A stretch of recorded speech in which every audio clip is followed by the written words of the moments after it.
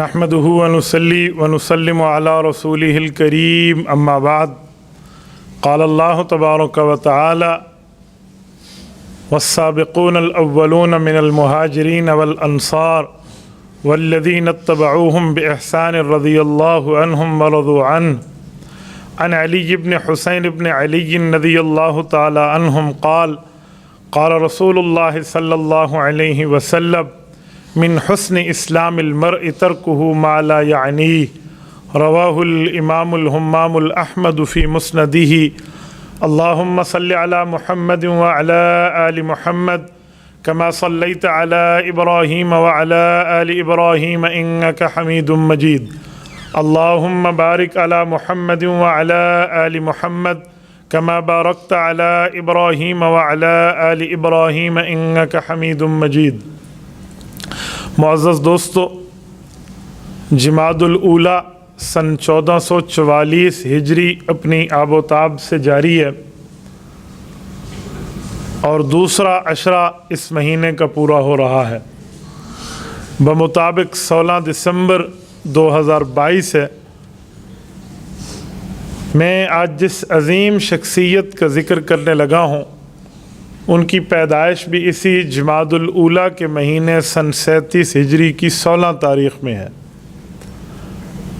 اس خوش قسمت فرد کا نام ہے حضرت علی بن حسین، جن کو عام زبان میں امام سجاد اور امام زین العابدین رضی اللہ تعالی عنہ کہا جاتا ہے۔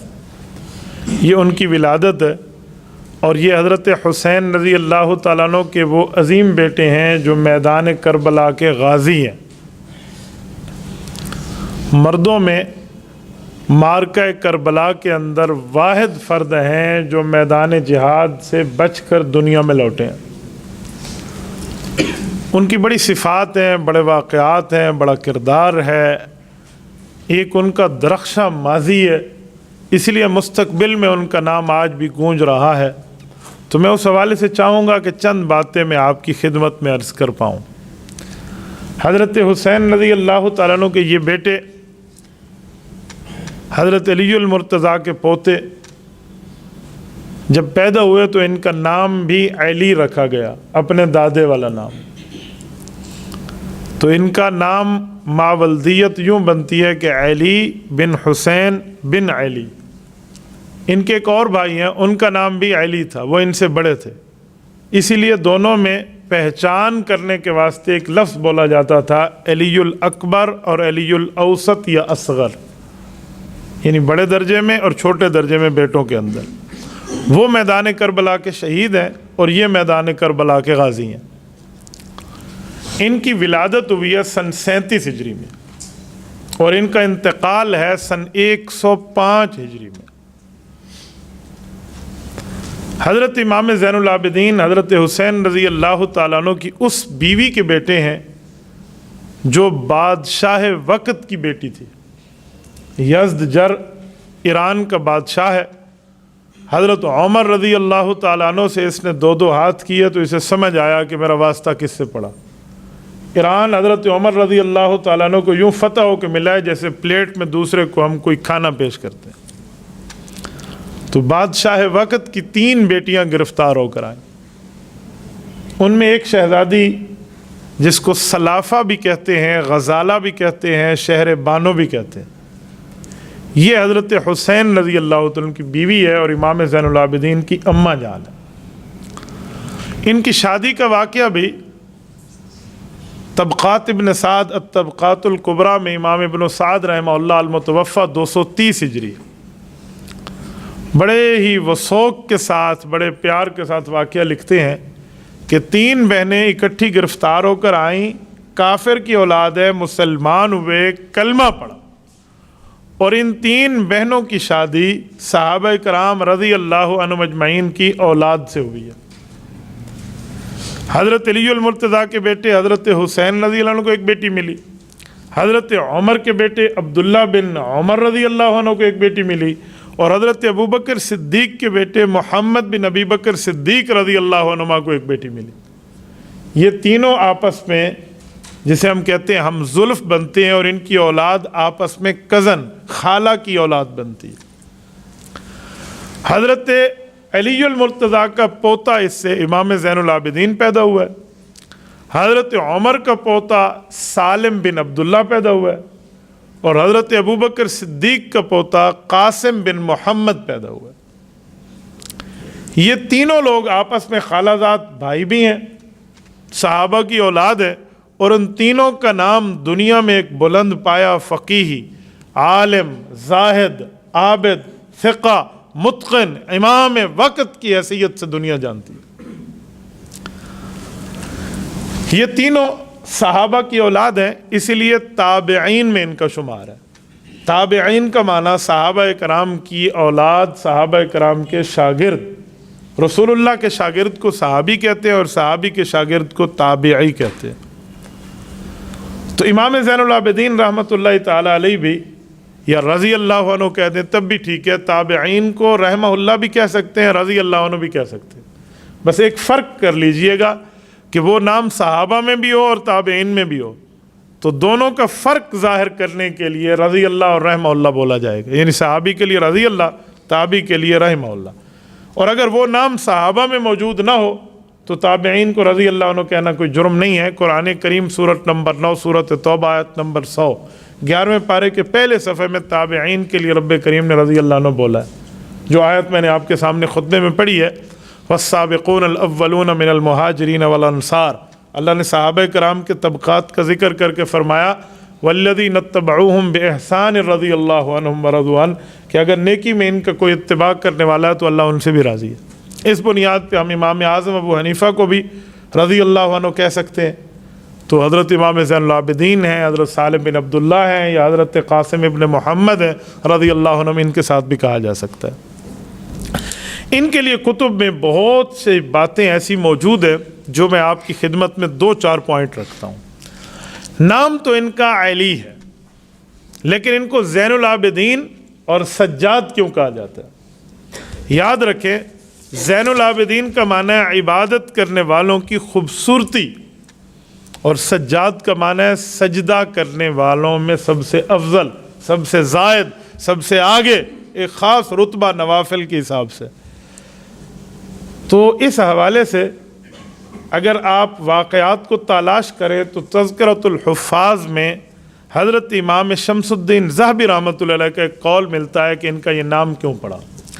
وہ فرماتے ہیں قال مالک، حضرت امام مالک بن انس الاصبہی رحمہ اللہ، امام مالک بہت بڑا نام ہے، وہ فرماتے ہیں بلغنی انہ کان یصلی فی اللیل والنہار 1000 رکعۃ الی ان مات، کہ امام زین العابدین کی عادت مبارکہ یہ تھی کہ جب سے ہوش سنبھالا تا دم وفات کوشش کرتے کہ کوئی دن اور رات ایسا نہ گزرے جب ان کے نوافل کی تعداد 1000 کو کراس نہ کر دے۔ اس حد تک ان کے نوافل ہوتے، یہ ان کی کرامت ہے۔ 1000 نفل دن اور رات میں پڑھنا بہت بڑا معنی رکھتا ہے۔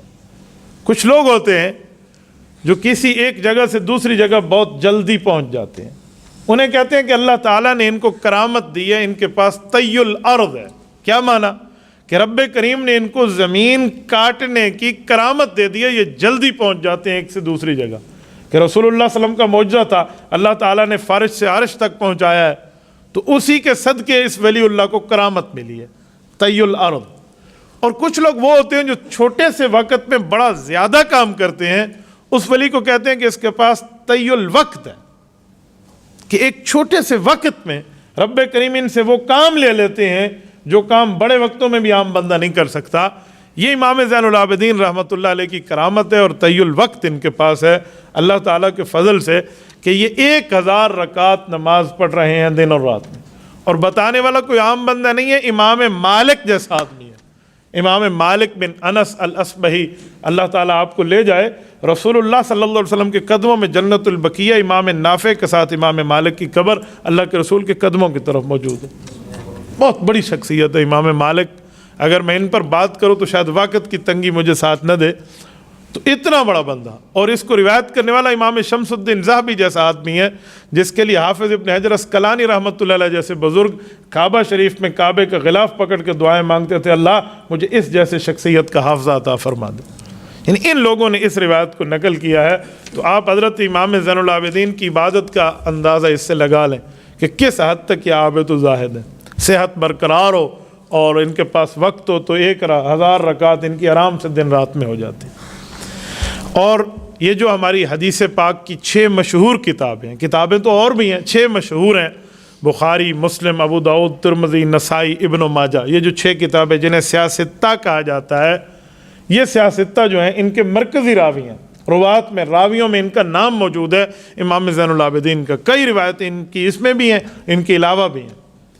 جو احادیث پاک انہوں نے اپنے والد محترم حضرت امام حسین رضی اللہ تعالیٰ عنہ سے سنی تھی، یا انہوں نے حضرت عائشہ صدیقہ رضی اللہ تعالیٰ عنہ سے سنی ہے، حضرت جابر سے سنی ہے، حضرت ابو ہریرہ سے سنی ہے، مختلف صحابہ کرام کے شاگرد ہیں۔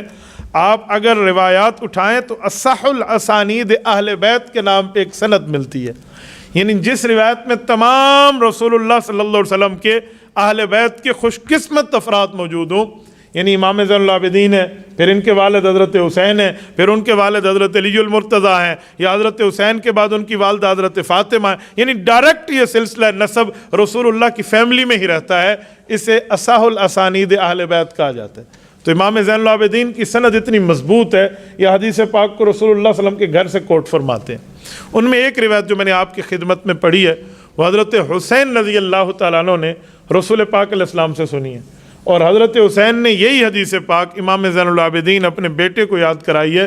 روایتیں تو کئی ہیں، میں ایک سنا دیتا ہوں جو میں نے خطبے میں پڑھی ہے۔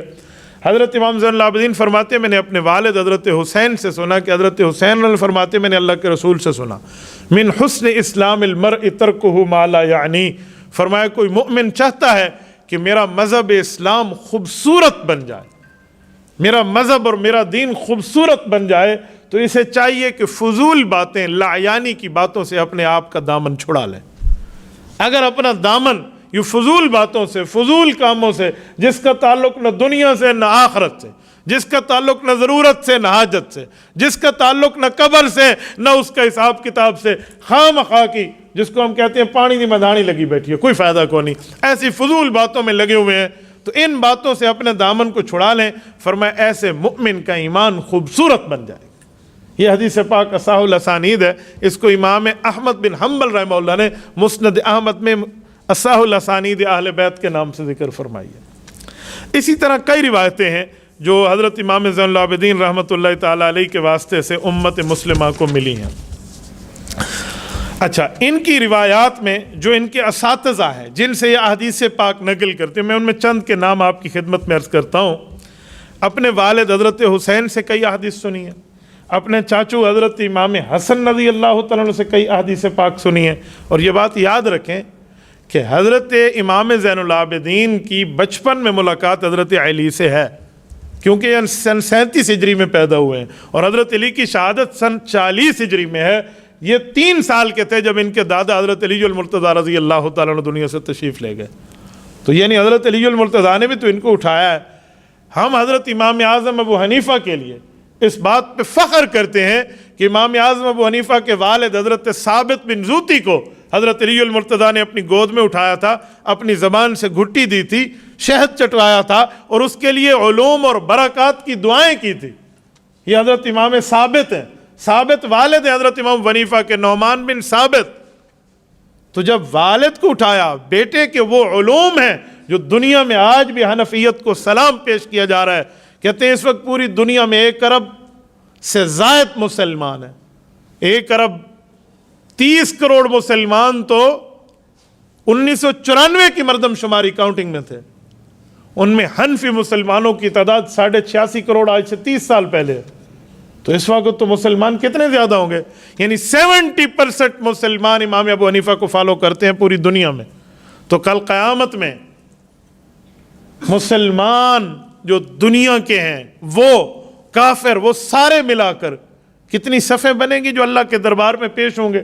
کتنا بڑا میدان ہے میدان محشر؟ کہتے ہیں 120 صفیں ہیں، جن میں 80 صفیں امت محمدیہ کی ہوں گی۔ یہ حضور پاک علیہ الصلوۃ والسلام کے فرمان کا مفہوم ہے، یعنی 80 صفیں قیامت میں امت محمدیہ کی ہیں، اور 70% امام ابو حنیفہ رحمۃ اللہ علیہ کو فالو کرنے والے ہیں۔ تو اگر 80 میں 70% نکالیں تو 60 سے لے کر 70 تک صفیں رسول اللہ کے قدموں میں امام ابو حنیفہ پیش کر رہے ہیں۔ یہ حضرت علی المرتضیٰ کی دعا ان کے والد کو ہے، اور جس پوتے کو خود حضرت علی المرتضیٰ نے اٹھایا ہو، اس امام زین العابدین کے رتبے کا آپ اندازہ لگا لیں۔ ان سے بھی روایت کرتے ہیں، لیکن دادا جان سے حدیث پاک سننا ان کو یاد نہیں ہے ڈائریکٹ۔ اس کے بعد حضرت عبداللہ بن عباس حضرت حسین رضی اللہ تعالیٰ کے چاچو لگتے ہیں، کیونکہ حضرت علی المرتضیٰ اور حضرت عبداللہ بن عباس آپس میں کزن ہے، باپ کا کزن بیٹے کا چاچا ہی لگتا ہے نا، تو پوتے کا چچیرا دادا لگے گا۔ تو حضرت عبداللہ بن عباس کے بھی شاگرد ہیں حضرت امام زین العابدین، ان سے بھی احادیث پاک لائے ہیں۔ اور باقی تھوڑا آگے چلیں تو دادی لگتی ہیں رشتے میں، حضرت حسین کی نانی لگتی ہیں اماں عائشہ رضی اللہ عنہ، تو ان کی دادی لگیں گی نا، تو ان سے بھی احادیث پاک کا سننا ان سے ثابت۔ رسول اللہ صلی اللہ علیہ وسلم کی 3 بیویوں سے ملاقات بھی، تینوں نانی لگتی ہیں، اور تینوں سے استادی شاگردی بھی ہے، حضرت عائشہ، حضرت ام سلمہ، حضرت صفیہ امہات المؤمنین رضی اللہ عنہن، ان تینوں سے احادیث پاک امام زین العابدین نے سنی ہے اور امت کو احادیث پاک سنائی ہیں۔ ان کے علاوہ باقی میں اگر ہم دیکھیں تو حضور پاک علیہ الصلوۃ والسلام کے غلام ہیں، صحابی ہیں، حضرت ابو رافع رضی اللہ تعالیٰ عنہ، یہ رسول اللہ کی خدمت میں رہے، کئی احادیث اور واقعات ان کو آپ علیہ الصلوۃ والسلام کے ازبر تھے، حفظ تھے، یاد تھے، ان سے بھی احادیث پاک کی روایت امام زین العابدین نے کی ہے۔ اس کے علاوہ حضرت ابو ہریرہ ہیں، حضرت جابر ہیں رضی اللہ عنہما، ان سے بھی احادیث پاک کو پڑھا ہے، اور یہ امام زین العابدین کے اساتذہ میں شامل ہیں۔ میرے دوستو، حضرت امام زین العابدین کو خلفائے ثلاثہ حضرت ابو بکر، حضرت عمر، حضرت عثمان، یہ بھی تو نانا لگتے ہیں، ان سے بڑا پیار تھا۔ اس پیار کا اندازہ میں ایک واقعہ آپ کی خدمت میں رکھتا ہوں۔ امام ابن سعد رحمۃ اللہ علیہ طبقات الکبریٰ میں روایت لائے ہیں، فرماتے ہیں کہ ایک مرتبہ کسی عراقی نے، عراق کے رہنے والے نے حضرت ابو بکر، حضرت عمر، حضرت عثمان رضی اللہ عنہم کے خلاف چھوٹا سا ایک جملہ کہا، یہ امام زین العابدین کی کان میں پڑ گیا، تو انہوں نے فوراً اس کی طرف منہ کیا کہ وہ 3 طبقے ہیں جو بخشے جائیں گے۔ ایک وہ ہے جو پیغمبر علیہ الصلوۃ والسلام کے صحابہ ہیں، جنہیں مہاجرین کہا جاتا ہے، جو ہجرت کر کے رسول اللہ کے ساتھ مکہ سے مدینہ طیبہ آئے ہیں۔ دوسرا طبقہ انصار کا، جنہوں نے مدینہ طیبہ میں اللہ کے رسول کی مدد اور نصرت کی ہے اور رسول اللہ صلی اللہ علیہ وآلہ وسلم کا ساتھ دیا ہے، یہ انصاری صحابہ ہیں۔ ان 2 کی بخشش کی مہر ہے، سورۃ الحشر کی آیات پڑھ دی، اور پھر تیسری آیت پڑھی والذین جاؤوا من بعد ولی، کہ تیسرا طبقہ ان سے محبت کرنے والا ہے، صحابہ اور اہل بیت سے پیار کرنے والا تیسرا طبقہ ہے، یہ تینوں بخشے جائیں گے۔ تیرا شمار مجھے لگتا ہے پہلے میں تو ہے ہی نہیں، دوسرے میں بھی نہیں ہے، اور تو ابو بکر، عمر، عثمان پر بات کر کے ان کے خلاف جملہ کہہ کے اپنا نام تیسرے طبقے کے رجسٹر سے نکلوا رہا ہے، اس لیے مجھ سے دفع ہو جاؤ، میں تم سے کلام نہیں کرتا۔ یعنی اس انداز میں اس کے اوپر پکڑ فرمائے۔ امام ابن سعد نے طبقات الکبریٰ میں لکھا ہے، اور طبقات ابن سعد والے تو امام بخاری سے پہلے کے آدمی ہیں۔ امام بخاری رحمۃ اللہ علیہ سے 26 سال پہلے ان کا انتقال ہے، امام ابن سعد کا۔ یہ اس کتاب سے میں آپ کو یہ روایت پڑھ کے دے رہا ہوں۔ حضرت امام زین العابدین رحمۃ اللہ علیہ اگر ان کے صدقات کو دیکھیں نا، عبادت کے بعد کہ صدقہ اللہ کے راستے میں کتنا کرتے تھے، تو امام زین العابدین رحمۃ اللہ تعالیٰ علیہ کے بیٹے ہیں امام باقر، یہ اپنے والد امام زین العابدین سے روایت لائے ہیں، اور یہ روایت آپ کی خدمت میں پڑھنے لگا ہوں، یہ بھی الطبقات الکبریٰ میں امام ابن سعد نے لکھی ہے۔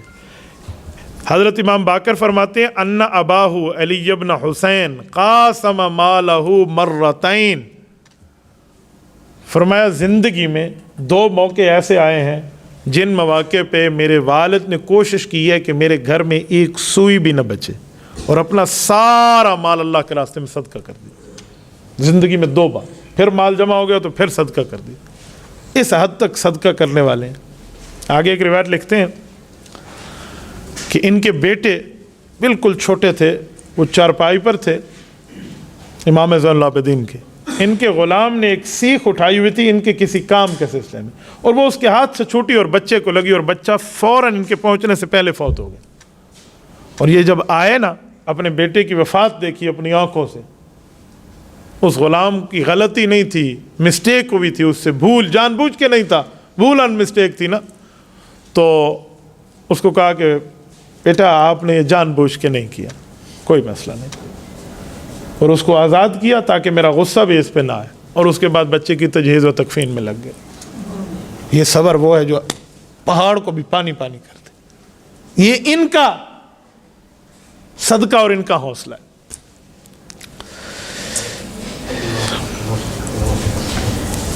امام ابن سعد ایک روایت مزید لاتے ہیں، فرماتے ہیں کہ امام زین العابدین رحمۃ اللہ تعالیٰ علیہ خانہ کعبہ شریف میں کعبۃ اللہ کو دیکھ کر دعا فرماتے اور روتے ہوئے جب آنکھوں پر ہاتھ پھیر لیتے، اس کے بعد میں نے ان کے منہ سے ایک جملہ سنا، یہ راوی فرماتے ہیں کہ میں نے سنا وہ فرما رہے تھے ان اللہ یحب المؤمن المذنب التواب، کہ اللہ تعالیٰ کا پیار سب مؤمنین سے ہے، لیکن وہ مؤمن جس سے گناہ شیطان کروا دے اور اس کے بعد یہ شرمندہ ہو کر توبہ کرتے ہوئے اللہ کے سامنے سچے دل سے معافی مانگے، اللہ اس مؤمن سے بھی پیار فرماتے ہیں۔ اس سے پتہ چلا کہ جب گناہ ہو جائے نا تو پھر دل چھوٹا نہ کرے، پھر توبہ پر بندہ زیادہ جلدی کرے۔ یار گناہ شیطان کرواتا ہے اور توبہ سے اللہ تعالیٰ خوش ہوتا ہے، تو یہ نہیں ہے کہ گناہ نہیں ہوگا، ہو سکتا ہے گناہ بار بار ہو شیطان کے کہنے پہ، لیکن توبہ میں اب بندہ دیر نہ کرے، توبہ میں فوراً کرنی چاہیے۔ کپڑا ہمارا بار بار میلا ہوتا ہے تو ہم اس کو بار بار دھو بھی تو لیتے ہیں نا، تو اگر گناہ ہو جاتا ہے تو توبہ میں بندہ دیر نہ کرے، توبہ میں جلدی کرے۔ اصلاح معاشرہ پر ایک روایت مزید ہے، امام زین العابدین رحمۃ اللہ تعالیٰ علیہ کے حوالے سے ہے، ان کے کچھ باغات تھے جن کو یہ کاٹا کرتے تھے، کھجور کے باغات تھے، تو کبھی بھی رات کو کھجور کے باغات نہیں کاٹتے تھے۔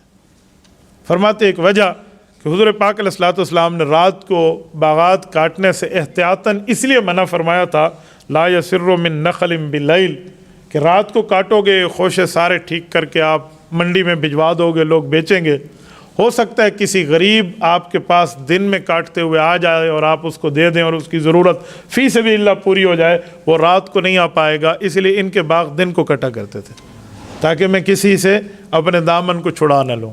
ایک واقعہ ہوا، ان کو پتہ چلا کہ کسی نے دودھ میں پانی ملا کر بیچا ہے، تو انہیں حدیث پاک سنائی کہ ولا یشابن لبنم بماء للبیع، اللہ کے رسول صلی اللہ علیہ وسلم نے منع فرمایا کہ یہ بری حرکت ہے، آپ کو دودھ کے اندر پانی نہیں ملانا چاہیے۔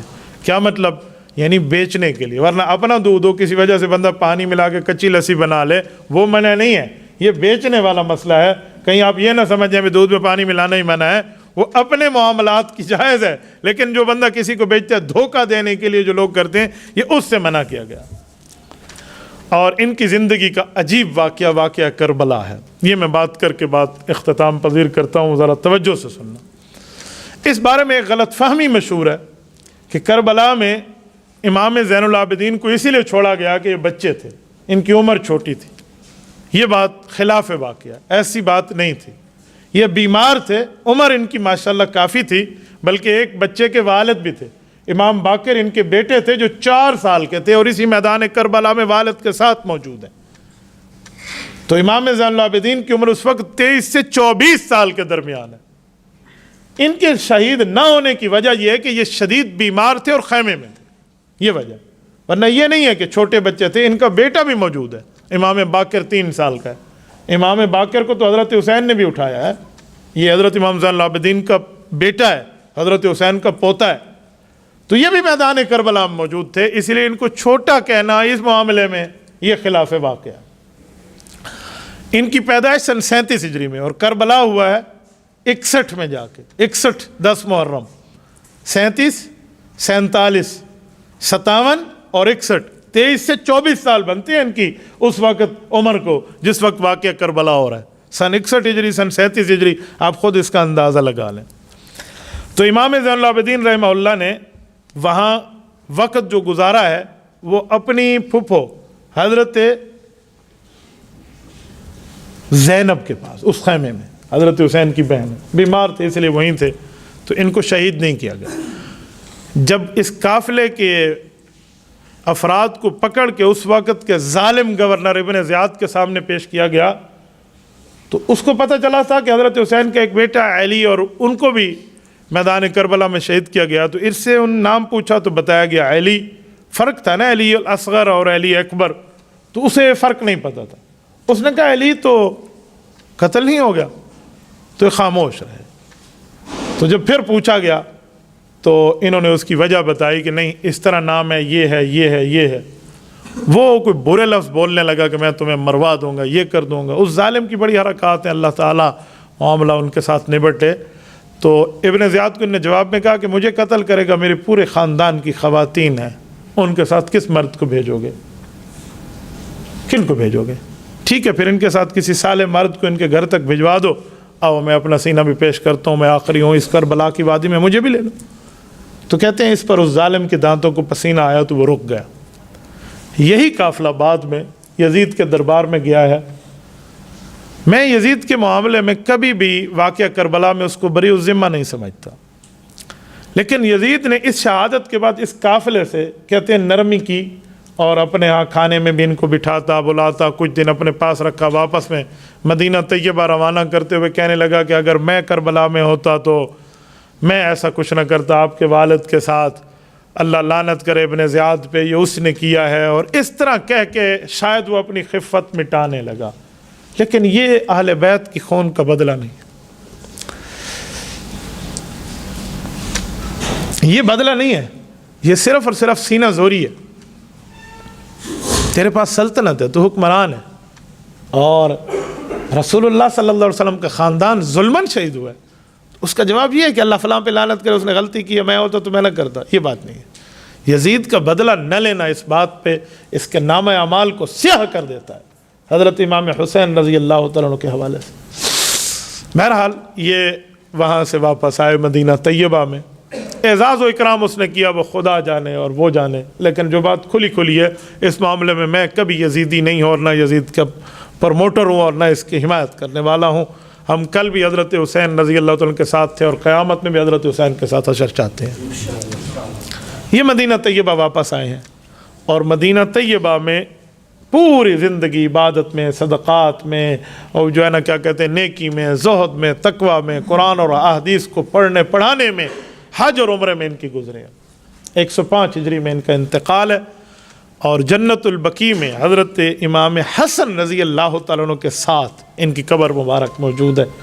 اللہ تعالیٰ ان کی قبر پہ کروڑوں اربوں رحمت نازل فرمائے، رب کریمہ میں صحابہ اور اہل بیت کی محبت تامہ عطا فرمائے۔ اقول قولی ھذا واستغفر اللہ وآخر دعوانا ان الحمد للہ رب العالمین۔ سوال: السلام علیکم حضرت، انفرادی نماز میں اقامت کا کیا حکم ہے؟